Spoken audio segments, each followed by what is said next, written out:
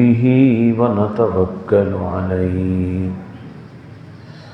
ونعوذ بالله من شرور أنفسنا ومن سيئات أعمالنا من يهده الله فلا مضل له ومن يضلله فلا هادي له ونشهد أن لا إله إلا الله وحده لا شريك له ونشهد أن سيدنا وسندنا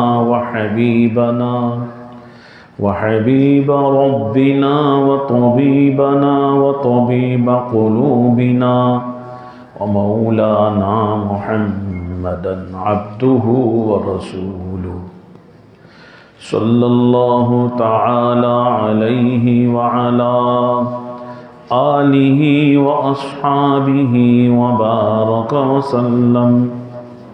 وبارك وسلم تسليما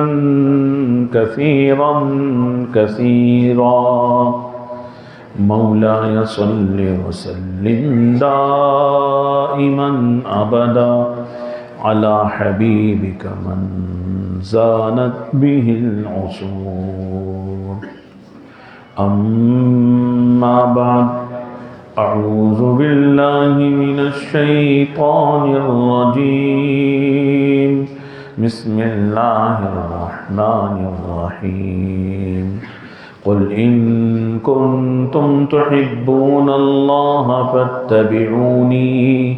فاتبعوني يحببكم الله كان رسول الله صلى الله عليه وسلم إذا دخل رجب قال اللهم بارك لنا في رجب وشعبان وبلغنا رمضان صدق الله مولانا العلي العظيم وصدق رسوله النبي الكريم ونحن على ذلك لمن الشاهدين والشاكرين والحمد لله رب العالمين.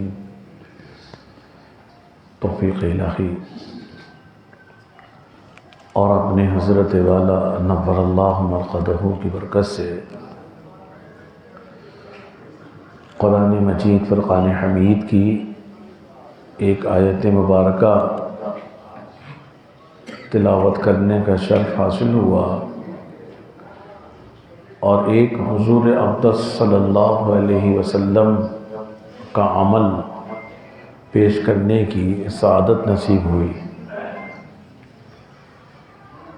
اسلامی مہینوں میں یہ مہینہ رجب کا مہینہ ہے اور آج اس رجب کے مہینے کی 2 تاریخ ہے، چاند کی 2 تاریخ ہے. اس مہینے کے سلسلے میں بہت سی چیزیں ایسی ہیں جو ہمارے معاشرے میں رائج ہو چکی ہیں اور وہ خرافات ایسی رائج ہو چکی ہیں کہ جن کو ہم دین کا حصہ تصور کرتے ہیں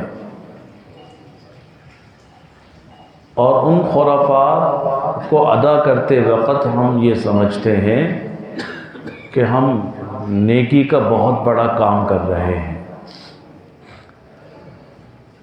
تو میں نے جو آیت تلاوت کی ہے اس آیت میں اللہ تعالیٰ نے اپنی محبوبیت کا راز بتلایا ہے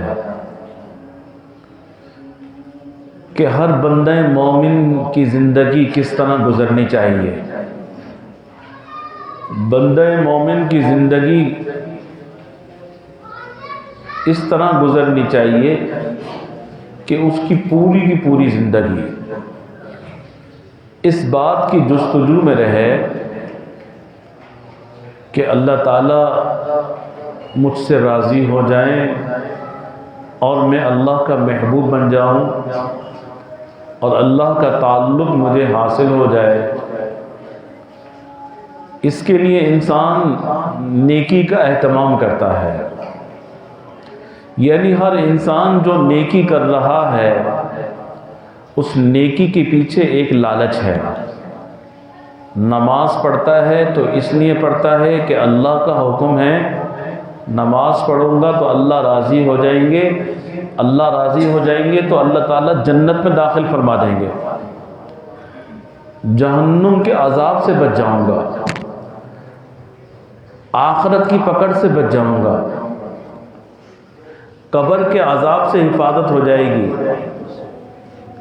تو الغرض جتنے بھی نیک اعمال ہیں، جتنی بھی نیکیاں ہیں، اعمال صالحہ، اعمال حسنہ، اعمال صدق، تمام اعمال انسان جو کر رہا ہے ان اعمال کے کرنے کا ایک مقصد یہ ہے کہ اللہ مجھ سے راضی ہو جائے، اور ان تمام اعمال حسنہ کا جو نچوڑ ہے، تمام اعمال صدق کا، اعمال خیر کا جو نچوڑ ہے وہ اللہ نے رکھا ہے، وہ ہے اتباع سنت، حضور اقدس صلی اللہ علیہ وسلم کے طریقے پہ عمل کرنا۔ آپ صلی اللہ علیہ وسلم کی ساری زندگی، آپ صلی اللہ علیہ وسلم کا اسوہ حسنہ، آپ صلی اللہ علیہ وسلم کے روز و شب، ماہ و سال کس طرح گزرے ہیں، ہم نے اس بات کی نیت کرنی ہے، ہم نے اس کا عزم کرنا ہے۔ عزم ایک مومن اس بات کا عزم مصمم کر لے، پوری زندگی کس طرح گزاروں گا؟ رسول اللہ صلی اللہ علیہ وسلم کی سنت کی اتباع میں گزاروں گا۔ یاد رکھیے، ہدایت کے جو طریقے ہیں، کامیابی کی جو باتیں ہیں، وہ کیا ہیں؟ فَإِنَّ خَيْرَ الْحَدِيثِ كِتَابُ اللَّهِ وَخَيْرُ الْهَدْيِ هَدْيُ مُحَمَّدٍ صلی اللہ علیہ وسلم۔ بہترین کتاب، بہترین بات اللہ کی کتاب قرآن کریم ہے، اور بہترین سیرت، بہترین طریقہ رسول اللہ صلی اللہ علیہ وسلم کا طریقہ ہے، آپ صلی اللہ علیہ وسلم کی سنت ہے۔ لہذا تمام اعمال حسنہ، تمام اعمال خیر کا جو نچوڑ ہے، تمام نیکیوں کا جو نچوڑ ہے، وہ رسول اللہ صلی اللہ علیہ وسلم کا طریقہ ہے، آپ کی سنت ہے، اس سنتوں کی اتباع ہے، متابعت ہے، آپ صلی اللہ علیہ وسلم کی غلامی ہے۔ لہذا ہمیں زندگی کیسی گزارنی ہے؟ زندگی اس طرح گزارنی ہے کہ ہم نے ہر کام کرنے سے پہلے اس بات کا جائزہ لینا ہے، یہ کام رسول اللہ صلی اللہ علیہ وسلم نے کیسے کیا ہے۔ اور ہمارے 24 گھنٹے کی جو زندگی ہے، اس 24 گھنٹے کی زندگی اور ہماری زندگی کے جتنے بھی دن ہیں، ہماری زندگی کے جتنے بھی مہینے ہیں، اور ہماری زندگی کے جتنے بھی سال ہیں، وہ زندگی ماں کے پیٹ سے لے کے انسان کی پیدائش سے لے کر اور قبر میں اترنے تک، اس کی زندگی کا ہر عمل، ہر کام رسول اللہ صلی اللہ علیہ وسلم کی سنت کے مطابق بن سکتا ہے، سنت کے مطابق بن سکتا ہے۔ لیکن کب بنے گا؟ جب ہم اس بات کا جائزہ لیں گے، جو کام میں کرنے جا رہا ہوں تو رسول اللہ صلی اللہ علیہ وسلم نے یہ کام کیسے کیا تھا۔ مثلا صبح سے لے کے شام تک اور رات تک ہمیں کتنی مرتبہ، یعنی ہم جو کام کر رہے ہیں، بستر پر رات کو سوتے ہیں، تو آپ صلی اللہ علیہ وسلم نے یہ بھی ہمیں سکھلایا ہے رات کو سونے کی سنتیں کون سی ہیں، بستر پر لیٹنے کی سنتیں کون سی ہیں، اگر ہم ان سنتوں پہ عمل کر لیں، اب یہ سو رہا ہے لیکن ایسی حالت میں سو رہا ہے کہ یہ اللہ کا محبوب بن گیا. اور جب ہم سونے کے بعد، نیند سے بیدار ہونے کے بعد جب ہم اٹھتے ہیں تو اس وقت کی سنتیں ہیں. رسول اللہ صلی اللہ علیہ وسلم نے اٹھنے کے بعد کی سنتیں بھی ارشاد فرمائی ہیں. صبح کا وقت جب ہوتا ہے، صبح کا آغاز ہوتا ہے، سورج طلوع ہوتا ہے، رسول اللہ صلی اللہ علیہ وسلم کی دعائیں منقول ہے کہ صبح کے وقت اللہ کی بارگاہ میں کیا دعا مانگے. اور روز و شب کے جب کاموں کا آغاز ہوتا ہے، کھانا کھائے گا تو کھانا کھانے کی سنتیں ہیں. سو کر اٹھنے کے بعد بیت الخلاء میں جا رہا ہے، اور بیت الخلاء میں جب انسان جاتا ہے تو اس کی بھی سنت ہے بائیں قدم اندر داخل کرنا اور نکلتے وقت دائیں قدم نکالنا. تو آپ یہ دیکھیں کہ یہ عمل تو ایک کر رہا ہے اور ایک نجاست کی جگہ پہ جا رہا ہے، گندگی کی جگہ پہ جا رہا ہے، لیکن چونکہ اس نے وہاں جب یہ گیا تو سنت طریقے سے گیا، بائیں قدم داخل کیا. ایک تو یہ ہے کہ انسان سوچے کہ میں بیت الخلاء جا رہا ہوں تو اس وقت سنت طریقہ کیا ہے، اور ایک کیا ہے کہ بے دھڑک گئے، بے دھڑک آ گئے. ہمارے ذہن میں اس بات کا خیال بھی نہیں آیا کہ دیکھیں میں جو یہ کام کر رہا تھا یہ کام سنت کے مطابق بھی ہو سکتا تھا. ہمیں پانی کی پیاس لگی اور ہم نے ایک دم گلاس بھرا اور گھٹا کر کے پی گئے. لیکن اگر یہی کام اگر ہم سوچ لیتے کہ رسول اللہ صلی اللہ علیہ وسلم پانی کس طرح نوش فرمایا کرتے تھے، تو آپ یہ دیکھیں پانی پینا بھی عبادت. اور اس پانی پینے والے عمل کی بدولت جس وقت، جس گھڑی، جس ساعت بندہ اللہ کے محبوب کی سنت پر عمل کرتا ہے، سنت کی اتباع کرتا ہے، تو اس وقت کیا ہوتا ہے؟ یحببکم اللہ، اللہ تعالیٰ اس کو اپنا محبوب بنا لیتے ہیں. اس گھڑی وہ بندہ اللہ کا محبوب ہوتا ہے، اور جو بندہ اللہ کا محبوب بن جاتا ہے اسے اللہ کا تعلق بھی مل جاتا ہے.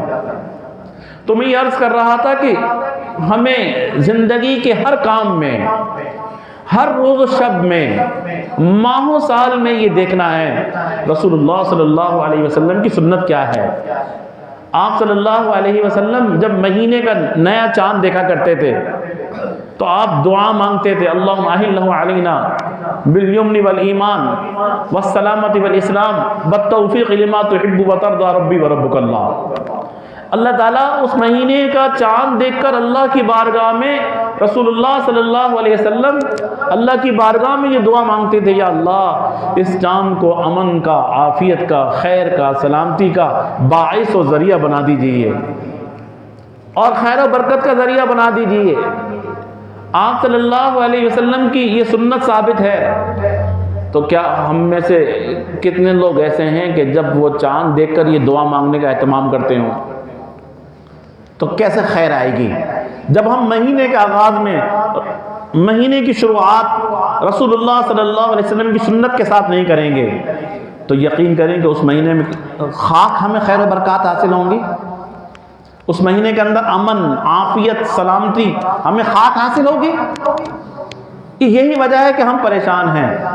رجب کا مہینہ جب شروع ہوتا تھا تو رسول اللہ صلی اللہ علیہ وسلم کی زبان مبارک پہ یہ دعا جاری ہوتی تھی. وہ دعا کیا تھی؟ اللہم بارک لنا فی رجب و شعبان وبلغنا رمضان. یا اللہ یہ جو مہینہ ہے، رجب کا مہینے کا آغاز ہو گیا، رجب کا مہینہ شروع ہو گیا، اس میں ہم تیری بارگاہ میں تجھ سے درخواست کرتے ہیں، اللہم بارک لنا فی رجب و شعبان. یا اللہ یہ برکتوں کے خاص مہینے ہیں، رجب کی برکتیں اور شعبان کی برکتیں. رجب کا مہینہ برکتوں والا مہینہ، شعبان کا مہینہ برکتوں والا مہینہ. یا اللہ اس رجب میں کون کون سی برکتیں ہیں مجھے معلوم نہیں، آپ کو معلوم ہے اس مہینے میں آپ نے کیا برکتیں رکھی ہیں. یا اللہ شعبان کے مہینے میں کون کون سی برکتیں ہیں مجھے معلوم نہیں، آپ کو معلوم ہے کہ اس میں کیا خاص برکتیں ہیں. کہ جن خاص برکتوں کی رسول اللہ صلی اللہ علیہ وسلم اللہ کی بارگاہ میں التجا کر رہے ہیں، دعا مانگ رہے ہیں، یا اللہ رجب کے مہینے میں جو برکتیں ہیں وہ بھی عطا فرما، یا اللہ شعبان کے مہینے میں جو برکتیں ہیں وہ بھی عطا فرما، وبلغنا رمضان، اور یا اللہ عافیت کے ساتھ ہمیں ماہ رمضان بھی نصیب فرما دیجیے، رمضان کا مہینہ بھی نصیب فرما دیجیے۔ تو آپ صلی اللہ علیہ وسلم سے رجب کے مہینے میں کیا عمل ثابت ہے؟ یہ دعا مانگنا۔ اس کے علاوہ پورا رجب کا مہینہ، اس مہینے میں بعض روایات میں یہ آتا ہے کہ رسول اللہ صلی اللہ علیہ وسلم جو ہے، بعض لوگ کہتے ہیں کہ آپ معراج پہ تشریف لے گئے، لیکن اس میں اختلاف ہے۔ بعض روایات میں آتا ہے آپ ربیع الاول کے مہینے میں معراج پہ تشریف لے گئے، بعض میں رجب کا ذکر ہے، بعض میں کسی اور مہینے کا ذکر آ رہا ہے کہ آپ جس شب میں معراج میں تشریف لے گئے تھے وہ مہینہ کوئی اور تھا۔ اب روایات مختلف ہیں، اختلاف ہے، تو یاد رکھیے اگر وہ رات تو بڑی عظیم رات تھی، وہ رات واقعتاً بہت عظیم رات تھی جس رات میں رسول اللہ صلی اللہ علیہ وسلم نے معراج کا سفر فرمایا تھا، لیکن اس کے بعد آپ کی زندگی میں جب میں رجب کا مہینہ آیا، جتنی مرتبہ بھی آیا، یعنی تقریباً آپ صلی اللہ علیہ وسلم جو ہے یہ سن 5 نبوی کا واقعہ ہے، نبوت کے 5ویں سال آپ معراج پہ تشریف لے گئے، اور وہاں پر اللہ تعالیٰ نے اس امت کو نمازوں کا تحفہ عطا فرمایا معراج پر۔ تو وہ سن نبوت کا 5واں سال تھا، اور اس کے بعد آپ تقریباً 18 سال دنیا میں حیات رہے، اور 18 سال تک رجب کا مہینہ آپ کی زندگی میں بار بار آیا۔ تو 18 سالوں میں کوئی ایک واقعہ بھی ایسا نہیں ملتا کہ جس میں آپ نے صحابہ اکرام سے فرمایا ہو کہ بھئی دیکھو اس مہینے میں فلاں فلاں رات ہے، ہم اس میں گئے تھے، معراج میں گئے تھے، اس رات کی فضیلت ہے۔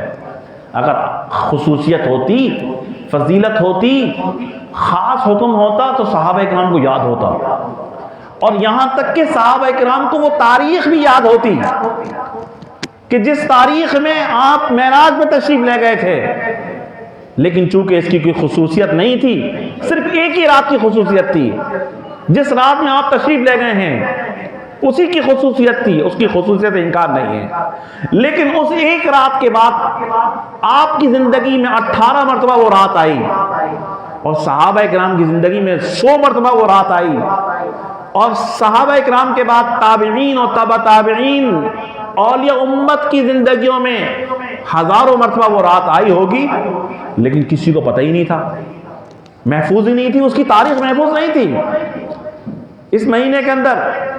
تو اب ہو کیا گیا کہ ہم نے جو کرنے والا کام تھا، رسول اللہ صلی اللہ علیہ وسلم کی جو سنت تھی، سنت کی جو اتباع تھی، وہ تو یہ تھی کہ یہ صرف اس مہینے میں ایک عمل ثابت ہے، دعا کا مانگنے کا عمل ثابت ہے، اس کے علاوہ کوئی عمل ثابت نہیں ہے۔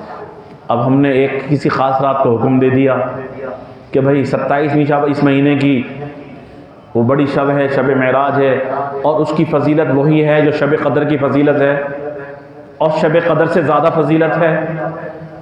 تو سوچنے کی بات یہ ہے کہ اگر 27ویں شب اگر ہوتی تو کیا 18 سال آپ صلی اللہ علیہ وسلم کی زندگی میں صحابہ کرام یہ تو بیان کر رہے ہیں رسول اللہ صلی اللہ علیہ وسلم مسکرایا کیسے کرتے تھے، گفتگو کیسے فرمایا کرتے تھے، کھانا کس طرح کھایا کرتے تھے، مہمانوں کے ساتھ ان کا اکرام کس طرح کیا کرتے تھے، ایک ایک عمل، ایک ایک سنت، ایک ایک آپ کی خصائل کو بیان کر رہے ہیں، آپ صلی اللہ علیہ وسلم کے چلنے کے انداز کو بیان کر رہے ہیں، ایک ایک غزوات کا ذکر کر رہے ہیں، سفروں کا ذکر کر رہے ہیں، آپ کی مسکراہٹ تو بیان فرما رہے ہیں، آپ کے رخساروں کا ذکر آ رہا ہے، لیکن کوئی صحابی یہ نہیں ذکر کر رہا 18 سالوں کے اندر آپ صلی اللہ علیہ وسلم نے ایک مرتبہ بھی جو ہے اس بات کا حکم دیا ہو کہ بھئی دیکھو یہ رات آ گئی ہے، اس رات میں جاگنا ہے، عبادت کرنا ہے۔ تو معلوم کیا ہوا؟ معلوم یہ ہوا کہ دیکھیں کامیابی کا راستہ کون سا ہے؟ سنت کا راستہ ہے۔ اگر آپ سنت کے راستے پہ چلیں گے تو آپ جنت کے راستے پہ چل رہے ہیں، اور اگر آپ سنت کے راستے سے ہٹ کر آپ سنت کا راستہ چھوڑ دیں، پھر آپ چاہے کوئی بھی کام کریں، وہ راستہ جنت پہ تو نہیں جائے گا، البتہ وہ سنت سے بھٹک کر ضلالت و گمراہی والا راستہ جہنم کی طرف ضرور لے جائے گا۔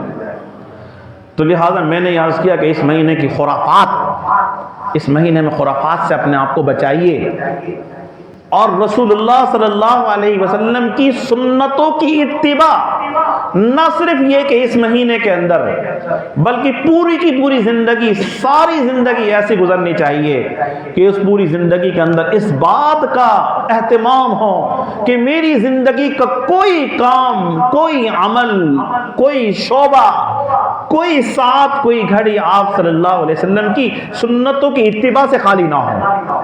میں جو بھی عمل کروں رسول اللہ صلی اللہ علیہ وسلم کے طریقے کے مطابق کروں۔ ہمارا کھانا، پینا، اوڑھنا، بچونا، کوئی عمل سنت سے خالی نہ ہو۔ اب آپ دیکھیں مسجد میں داخل ہوئے، مسجد میں نماز پڑھنے کے لیے آئے، کتنی مرتبہ مسجد میں آتے ہیں، چلے جاتے ہیں، لیکن اگر تھوڑا سا خیال یہ ہو کہ مسجد میں جب داخل ہونا ہے تو دائیں قدم پہلے داخل کرنا ہے،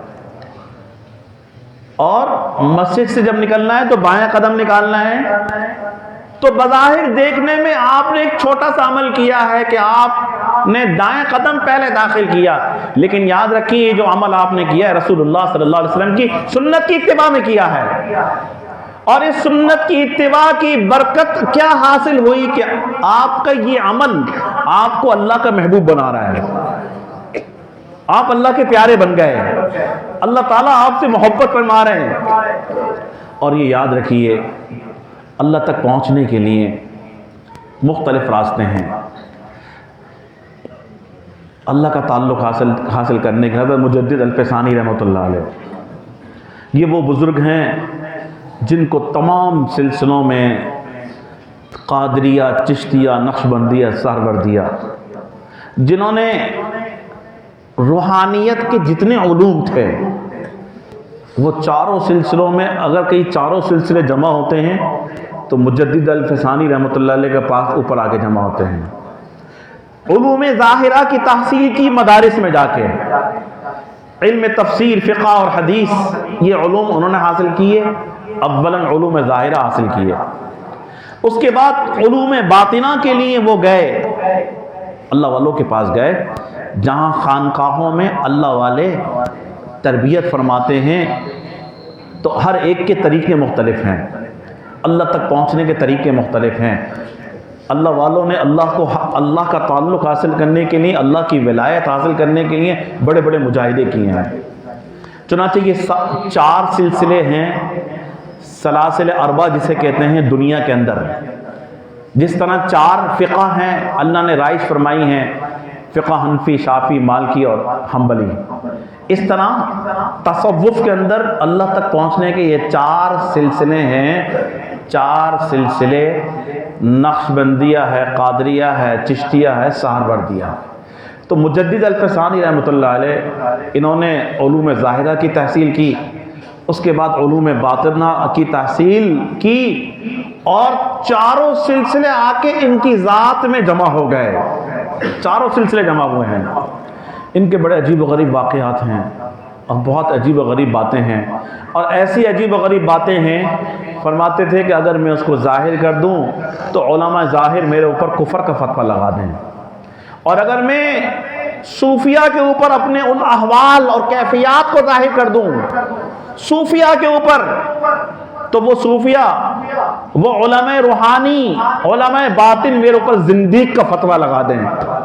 ایسے اتنے بڑے ان کا حال تھا، ان کی کیفیات تھی، ان کے احوال تھے جو کہ عام بیان کیے بھی نہیں جا سکتے۔ تو وہ فرماتے تھے ان کے کیا حاصل تھا، انہوں نے ایک دعا فرمائی تھی، اور ساتھ میں انہوں نے یہ کہا تھا جو شخص اس دعا کے اوپر آمین کہے تو اللہ تعالیٰ اس کی بھی مغفرت فرما دیں گے۔ مجدد الفسانی رحمۃ اللہ علیہ، وہ دعا انہوں نے کیا مانگی تھی؟ یا اللہ مجھے ساری زندگی اتباع سنت کی توفیق عطا فرما، اور دوسرا یہ فرمایا کہ یا اللہ مجھے زندہ رکھنا، یعنی سنتوں کی اتباع کی توفیق کا سوال کیا، اور دوسری دعا مانگی یا اللہ مرتے دم تک، یا اللہ مرتے دم تک جو ہے مجھے سنتوں پہ زندگی میری جتنی بھی، یا اللہ سنتوں پہ زندہ رکھنا۔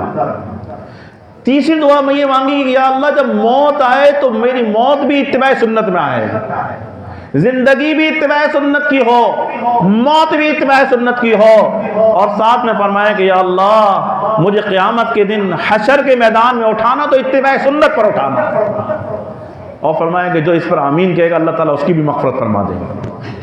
بہت بڑے بزرگ اللہ والے۔ تو یہ کیا تھا؟ اتباع سنت، رسول اللہ صلی اللہ علیہ وسلم کی سنت پر عمل اور طریقے پہ عمل۔ یہ وہ طریقہ ہے کہ جو اللہ تک پہنچانے کے لیے سب سے شارٹ کٹ ترین راستہ ہے۔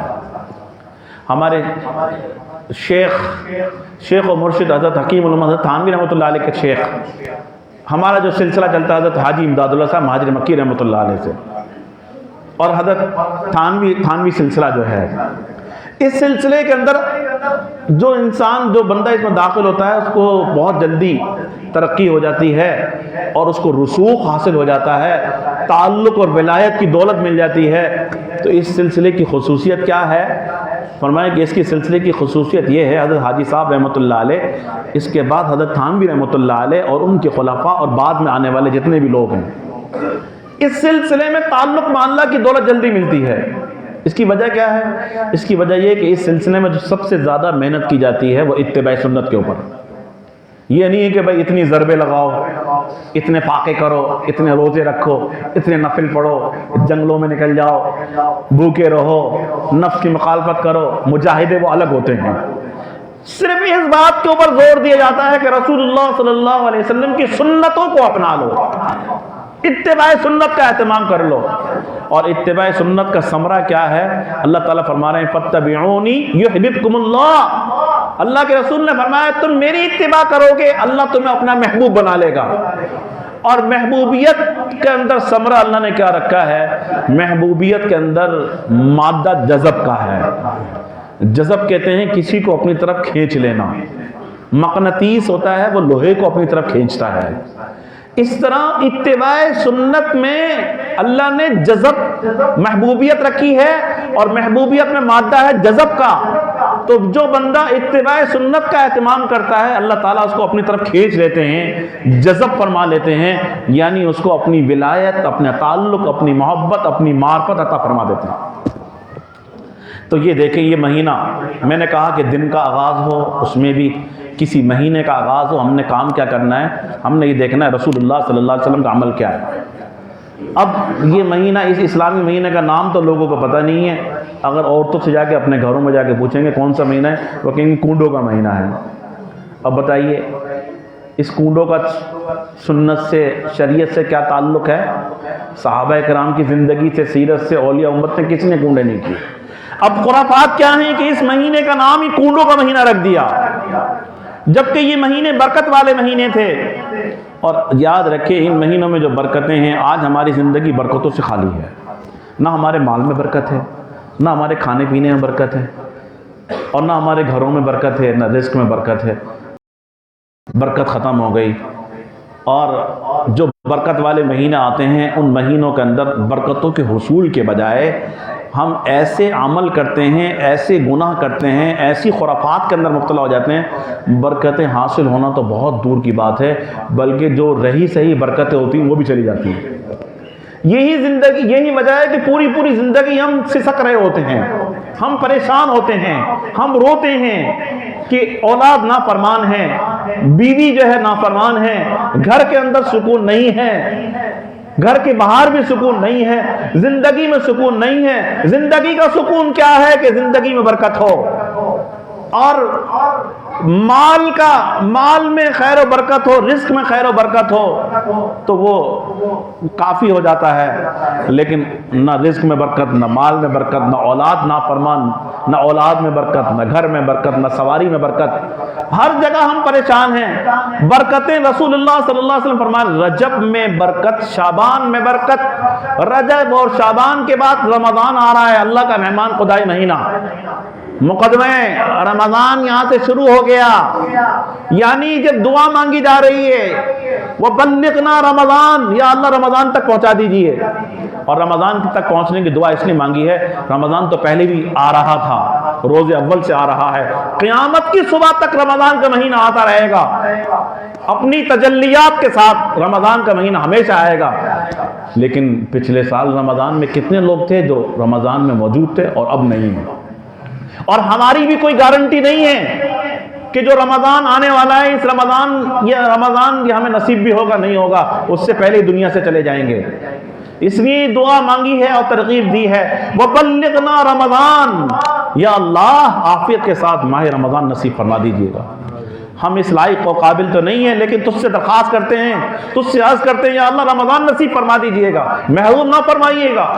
رمضان کی عظیم خیر و برکات اور رحمت اور مغفرت اور بخشش کا مہینہ، تو یا اللہ یہ ہمیں نصیب فرما دیجیے۔ اس کے لیے دعائیں، اس کے لیے تیاری۔ کوئی مہمان آتا ہے، آپ یہ دیکھیں اگر ہمیں کہیں سفر پہ جانا ہے، ہم پہلے 15-20 دن پہلے بکنگ کروائیں گے، اس کے لیے تیاری کریں گے، سامان جمع کریں گے، کوئی چیز رہ نہ جائے، بھول نہ جائے۔ اس کے بعد آپ کو یاد آئے گا کہ بھائی فلاں چیز تو گھر بھول گیا، آپ کو افسوس کریں گے بہت زیادہ۔ کوشش کیا ہوگی کہ کوئی چیز نہ رہ جائے۔ کوئی مہمان آنے والا ہے، اس مہمان کے استقبال کے لیے ہم پہلے سے بستر تیار کریں گے، صفائیاں کریں گے۔ ہم ایک معمولی سے مہمان کے لیے کتنے پیسے خرچ کر دیتے ہیں، اس کی راحت اور آرام کے لیے، اس کے کھانے پینے کے اوپر، اس کی تیاری کے لیے، اس کے استقبال کے لیے ہم کتنا کچھ اپنی جان اور مال کو جو ہے وہ خرچ کر رہے ہوتے ہیں۔ لیکن اللہ کا مہمان رمضان آ رہا ہے، اس کے لیے کیا تیاری ہے؟ کسی کی زندگی کے کسی کے گوشے میں، کسی کی زندگی کے اندر کوئی ایسی منصوبہ بندی شامل ہے کہ رمضان اب شروع ہو رہا ہے، رجب شروع ہو گیا ہے، رسول اللہ صلی اللہ علیہ وسلم نے رجب کے مہینے سے رمضان کی آمد کا اشتیاق کا اظہار فرمایا، دعائیں مانگی ہیں، تو رمضان آ رہا ہے، اس کے لیے کیا تیاری ہے؟ کیا پیش کی تیاری ہے؟ کوئی تیاری نہیں، اس مہینے کے لیے کوئی تیاری نہیں۔ اور تیاری کیا ہے رمضان کی؟ رمضان کی تیاری یہ ہے کہ بہت گناہ کر لی ہے، ان گناہوں کا وبال اور وبائیں ہمارے اوپر برس رہی ہیں، ٹوٹ ٹوٹ کر برس رہی ہیں، ہم آفات کے اندر گھر رہے ہیں۔ لہذا رمضان کا استقبال کرنا ہے کس طرح؟ گناہوں سے توبہ کر کے۔ سب سے زیادہ، سب سے بڑا استقبال کیا ہے رمضان کا؟ رمضان کی تیاری کیا ہے؟ پہلے ہی اپنے آپ کو جو ہے میل کچیل اتارو گناہوں کا، توبہ استغفار کرو، اللہ سے معافی مانگو، اور اس کے بعد پھر نیکی اور تقوی کے راستے پہ لوٹ آؤ، سنتوں کے راستے پہ لوٹ آؤ۔ اور وہ یہی ہے، نماز نہیں پڑھتے، سستی کوتاہی ہے۔ رمضان آ رہا ہے، جو سستی کوتاہی، یہ نہیں کہ رمضان کا چاند نظر آئے گا اور آپ کو فوراً آپ کو جو ہے وہ پیچھے سے دھکا لگے گا جاؤ مسجد کی طرف، نہیں، آپ کو ابھی سے عادی بننا پڑے گا، کیونکہ مسجد سے روٹھے ہوئے تھے، نماز سے روٹھے ہوئے تھے، حی علی الصلاۃ کا ہم نے کبھی جواب نہیں دیا، حی علی الفلاح کی طرف کبھی دوڑ کے نہیں گئے، تو اب اس کی تیاری یہ ہے۔ وَبَلِّغْنَا رمضان کا یہ پیغام ہے، رجب کے اس مہینے کے اندر رمضان کی تم تیاری کر لو، رمضان کی تیاری کر لو۔ رمضان کی تیاری یہ ہے ابھی سے نیکی کا اہتمام، گناہوں سے توبہ اور استغفار، اور اس رجب کے مہینے میں ایک دعا کا عمل ہے، اس کے علاوہ کوئی عمل نہیں ہے جو رسول اللہ صلی اللہ علیہ وسلم سنت سے، شریعت سے، صحابہ کرام سے، اولیاء امت سے، تابعین سے، کسی سے ثابت ہو، کوئی ثبوت نہیں ہے۔